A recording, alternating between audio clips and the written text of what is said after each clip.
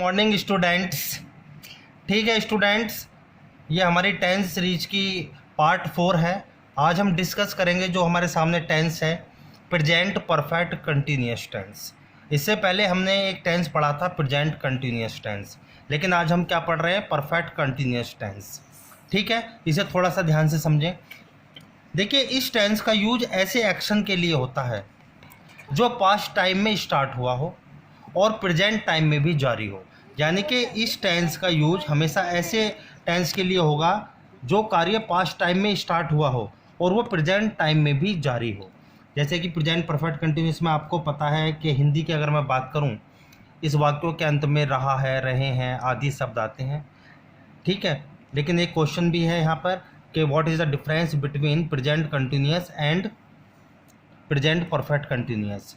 देखिए, present continuous में भी कार्य कंटिन्यू होता है और प्रेजेंट परफेक्ट कंटिन्यूअस में भी कार्य कंटिन्यू होता है, लेकिन दोनों के बीच में डिफरेंस क्या होता है। प्रेजेंट कंटिन्यूअस में टाइम नहीं होता लेकिन कार्य केवल कंटिन्यू होता है, बट प्रेजेंट परफेक्ट कंटिन्यूअस में कार्य कंटिन्यू भी होता है और उसका टाइम भी दिया होता है। ये थोड़ा सा हमें समझना है, यानी कि इस टेंस का प्रयोग हम जब करेंगे जब कोई भी कार्य पास्ट टाइम में स्टार्ट हुआ हो और प्रेजेंट टाइम में भी जारी हो। इसके स्ट्रक्चर को समझिए थोड़ा सा। देखिए, इसमें आप सबसे पहले subject has been, have been plus V1 plus ING, यानी कि वर्ब की फर्स्ट फॉर्म में ING लगाएंगे, यानी कि जिसे आप कहते हैं वर्ब की फोर्थ पार्ट, यानी वर्ब की fourth, plus object plus scenes और फॉर प्लस टाइम, यानी कि निश्चित समय के लिए सीन्स का यूज किया जाएगा और अनिश्चित समय के लिए फॉर का प्रयोग किया जाएगा। फॉर एग्जाम्पल देखिए, जैसे मैंने लिखा she has been reading a novel since morning, निश्चित समय है, मैंने सिंस का प्रयोग किया। ठीक है, यानी कि आपको एक बात और समझनी है, सिंगुलर सब्जेक्ट के साथ आप हैज बीन लगाएंगे और प्लूरल सब्जेक्ट के साथ आप हैव बीन लगाएंगे। ठीक है, जैसे सी अपने आप में सिंगुलर है तो हैज बीन, यहाँ पर इट अपने आप में सिंगुलर है तो हैज बीन, यानी कि it has been raining since last Monday. Since last Monday निश्चित समय है तो मैंने सिंस का प्रयोग किया। ठीक है, नंबर 3 देखिए, I have been teaching in the school for 5 years. ठीक है, 4-5 ईयर्स अनिश्चित समय है तो मैंने इसमें फॉर का प्रयोग किया। आई पीरियड सब्जेक्ट है तो उसके साथ हैव बीन, सिंगुलर सब्जेक्ट के साथ आप हैज बीन का यूज करेंगे। चलिए स्टूडेंट, सबसे ध्यान देने वाली बात क्या है, इन चीज़ों को बड़े ध्यान से समझें। मैंने नोट डाल के लिखा है, हम आज यूज़ सीखेंगे सीन्स का यूज कहाँ किया जाता है और फोर का प्रयोग कहाँ किया जाता है। सबसे ज़्यादा स्टूडेंट कंफ्यूज होते हैं सीन्स और फोर में। ये दोनों प्रीपोजिशन भी हैं सीन्स और फोर, और दोनों कंजक्शन भी होते हैं सीन्स और फोर, लेकिन इसमें लेकर कंफ्यूजन बना रहता है। बच्चे गलतियाँ करते हैं, सीन्स के स्थान पर फोर का प्रयोग कर देते हैं, फोर के स्थान पर सीन्स का प्रयोग कर देते हैं। बड़े ध्यान से समझें। देखिए, सीन्स हमेशा निश्चित समय के लिए यूज होता है, यानी कि पॉइंट ऑफ टाइम। देखिए, फोर अनिश्चित समय के लिए यूज होता है, यानी कि पीरियड ऑफ टाइम। ठीक है, देखिए मैंने कुछ एग्जाम्पल्स लिखे हैं, ज़रा ध्यान से समझें। सीन्स मॉर्निंग निश्चित समय है, सीन्स नून निश्चित समय है, since yesterday, since 1990, since January, since 5 o'clock, since last night, since last year. ठीक है, निश्चित समय की बात कर रहा हूँ तो मैंने सीन्स का यूज़ किया। देखिए आप फोर को मैंने लिखा फॉर मैनी मिनट्स, अनिश्चित समय है, for 5 years, for 2 weeks, for a long time, for 2 hours, for the last 5 hours, for the last week, for the last 6 years. अब देखो बड़े ध्यान से समझना, यहाँ पर मैंने यूज किया है आपके लिए सीन्स लास्ट नाइट, यानी कि लास्ट से पहले मैंने सीन्स का प्रयोग कर दिया, लेकिन यहाँ भी लास्ट वर्ड दिया हुआ है और उससे पहले मैंने फोर का प्रयोग किया। दोनों में डिफरेंस क्या, बड़े ध्यान से समझो। देखिए, अगर लास्ट से पहले आर्टिकल दी का यूज है तब उससे पीरियड ऑफ टाइम का बोध होता है, ना कि पॉइंट ऑफ टाइम का बोध होता है। यदि लास्ट से सबसे पहले आपको आर्टिकल दी का यूज है तब आपको फोर लगाना है। यदि केवल लास्ट के पहले आपको यूज करना है, आर्टिकल दी नहीं है, तब आप केवल सीन्स का ही यूज करेंगे। देखिए, since last night for the last week, since last year for the last 6 year. बात समझ में आई? नोट करके मैंने आगे लिखा है, इस चीज़ को बड़े ध्यान से समझें। देखिए, दी लास्ट से पहले मैंने आर्टिकल का प्रयोग किया दी का, दी last plus time expressing words, ठीक है, टाइम एक्सप्रेसिंग वर्ड के लिए हम फॉर का प्रयोग करेंगे, क्योंकि इससे पीरियड ऑफ टाइम यानी कि अनिश्चित समय का बोध होता है। देखो बड़े ध्यान से, मैंने लिखा सिंस लास्ट वीक, लास्ट से पहले मैंने दी नहीं लगाया तो ये पॉइंट ऑफ टाइम है अपने आप में।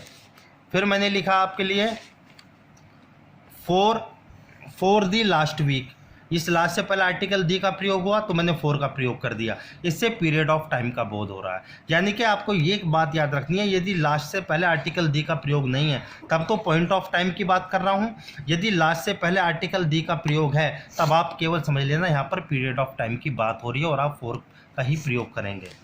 नेक्स्ट आगे चलेंगे, नोट करके मैंने एक बात लिखी है, बड़े ध्यान से समझें। देखिए पीरियड ऑफ टाइम प्लस एगो, ये एगो का मतलब होता है बहुत पहले, पहले की बात होती है एगो। ठीक है, पीरियड ऑफ टाइम का यूज हो किसी भी सेंटेंस में और उसके तुरंत बाद एगो का प्रयोग कर दिया जाए। बड़े ध्यान से समझ लें एक बार और, यदि पीरियड ऑफ टाइम आपको दिया हुआ है और उसके तुरंत बाद एगो शब्द लिखा हुआ है तब ऐसी कंडीशन में आप सिंस का प्रयोग करेंगे, ना कि फॉर का प्रयोग करेंगे। ठीक है, देखिए फॉर एग्जाम्पल, मैंने आपके सामने एग्जाम्पल लिखा है, his brother has been ill for 5 days एगो। देखिए ये 5 days अपने आप में पीरियड ऑफ टाइम है और इसके तुरंत बाद एगो शब्द का प्रयोग हुआ, तब यहाँ पर फॉर का प्रयोग गलत है, इसलिए मैंने लिखकर इसे काट दिया। सही सेंटेंस क्या है, his brother has been ill since 5 days एगो। ठीक है, यानी कि देखिए जब पीरियड ऑफ टाइम दिया हो और उसके तुरंत बाद एगो शब्द का यूज हो, ठीक है, तब उससे पहले सिंस का प्रयोग सही माना जाता है। क्यों, अब बड़े ध्यान से समझें। 5 days एगो का मतलब क्या होता है, पीरियड ऑफ टाइम नहीं होता। 5 days एगो का मतलब पीरियड ऑफ टाइम नहीं होता। यदि पीरियड ऑफ टाइम्स के बाद में एगो लग जाए तब ये पीरियड ऑफ टाइम नहीं कहलाता, बल्कि क्या कहलाता है, मोमेंट ऑफ टाइम।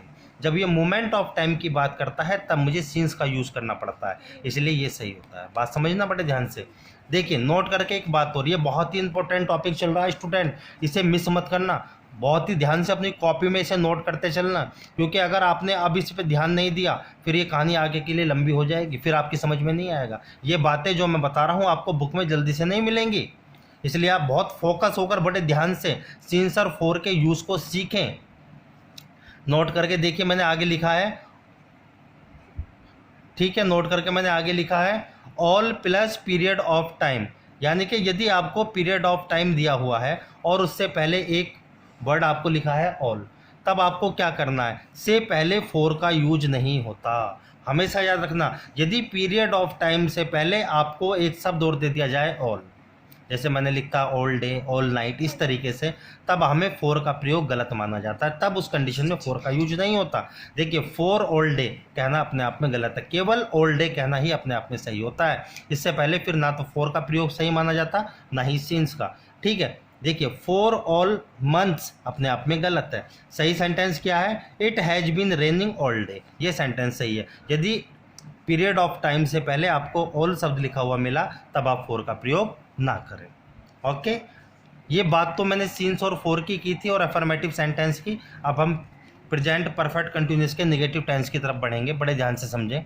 नेगेटिव का स्ट्रक्चर तैयार होता है आपके सामने, subject plus has not been, have not been plus V1 plus ING plus object plus since और for plus time.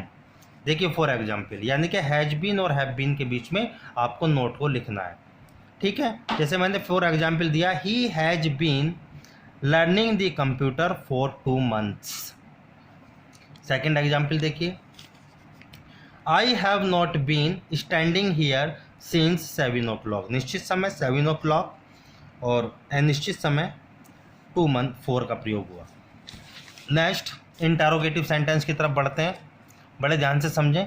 Interrogative sentence, जैसे कि मैं पहले भी वीडियो में आपको बताता आया हूँ कि इंटरोगेटिव हमेशा 2 टाइप्स के होते हैं। एक तो वो इंटरोगेटिव सेंटेंस होते हैं जो किसी हेल्पिंग वर्ब से स्टार्ट हो, और दूसरे वो इंटरोगेटिव सेंटेंस होते हैं जो किसी क्वेश्चन वर्ड से स्टार्ट हो। तो पहला स्ट्रक्चर आपको मिलता है, हैज है plus subject plus been plus V1 plus ING, verb की फर्स्ट फॉर्म में ING plus object plus since या फॉर प्लस टाइम, और सबसे लास्ट में क्वेश्चन मार्क। नंबर 2 स्ट्रक्चर आपके सामने आता है, सबसे पहले question word plus has have plus subject plus been plus V1 plus ING plus object plus since या फॉर और सबसे लास्ट में टाइम, फिर क्वेश्चन मार्क आप लगा देंगे।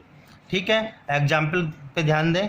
सबसे पहला example, has he been living in Jaipur since 1990। Since 1990 अपने आप में पॉइंट ऑफ टाइम है, तो मैंने सिंस का यूज किया। पहले आपको हेल्पिंग वर्ब लगानी है, फिर सब्जेक्ट, फिर बीन, लास्ट में क्वेश्चन मार्क। सेकंड एग्जाम्पल देखिए, have you been sitting here for 2 hours, question mark, यानी कि प्लूरल सब्जेक्ट है तो हैव, सिंगुलर सब्जेक्ट है तो हैज। देखिए क्वेश्चन वर्ड वाला example, why have you been shouting so loudly for 3 hours, यानी कि पहले क्वेश्चन मार्क, उसके बाद में हेल्पिंग वर्ब, फिर सब्जेक्ट और फिर बीन का प्रयोग होगा। लास्ट एग्जाम्पल देखिए, last example, who has been sitting under this tree since morning, अपने आप में पॉइंट ऑफ टाइम है, इसलिए पहले सिंस का प्रयोग हुआ। ठीक है, thank you very much students.